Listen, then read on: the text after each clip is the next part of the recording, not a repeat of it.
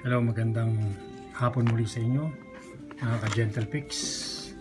So meron tayo ditong flashlight ng Firefly. So ito yung battery niya. Nakabukas na to no? Ayan. So re-repair natin siya kasi nga ang nangyari sandali lang nagagamit. Ibig sabihin yung ilaw niya namamatay din kagad kahit i-charge mo siya.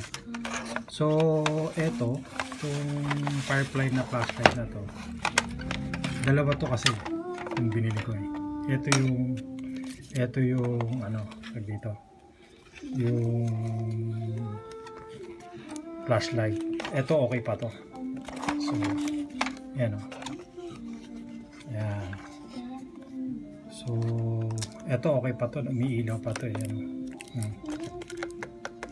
Yan. Okay pa yan. Nagagamit pa namin. Yan. Yan. So ang share ko sa inyo itong flashlight na to na isa. So natanggal natin yung battery ito na yung battery niya. Ito yung battery niya. Yan.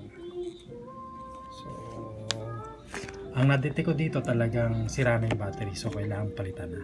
So yun ang issue niya, palitin na yung battery. Ngayon ang i-share ko sa inyo dito kung paano ba natin ito binuksan, kasi mahirap din siyang buksan. So ganyan siya pag isasara. So ang pinaka-struggle ko dito kasi ginamitan ko lang ng precision screw. Yan, ito lang yung gamit na screwdriver. Ang problema pagdating dito sa malalim, yan ito kasi pumapasok na, pero ano yan bali masikip siya dahil malayo, kailangan mong mahaba. So paano ko ba to pinaluwagan? So diretso na tayo sa nating vlog natin. Ang ginawa ko, binalutan ko lang tong screwdriver ko ng liha o sandpaper. Para lumuwag siya, para makapasok tong screwdriver natin, itong precision. Ganyan ganyan yung ginawa ko. Yan. Tapos unti-unti ko siyang niluwagan para makapasok. Yan.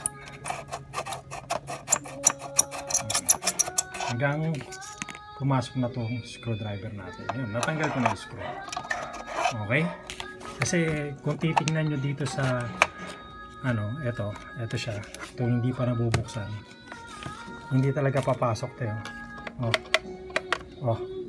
Kaharang siya, so hindi nyo matatanggal. Pero pag yung dito okay lang, abot yung screwdriver abot, diba? Abot siya pero itong dalawa malalim.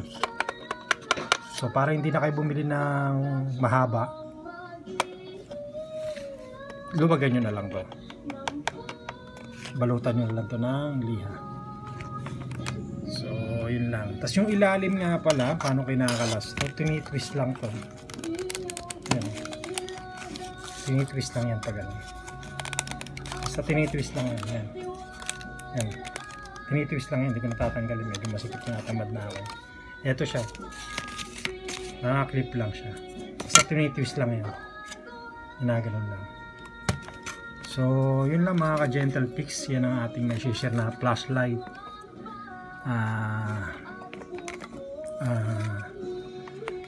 dito ng Firefly. So itong battery nga pala, gusto kong i-repair din to, baka sakaling magawang pa ng paraan.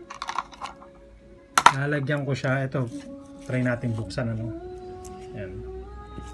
So yan, kasi ito may karga pa to meron pa siya meron pa to nagre-range pa to ng mga 3 volts. So ang problema, pag binuksan mo to, wala ng tubig.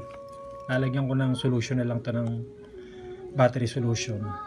Subukan natin kung mare-repair, kasi yung isa nilagyan ko ng battery solution yung dun sa UPS, wala rin hindi rin gumana, kailangan talaga bumili ng bagong battery. Ito, subukan natin to.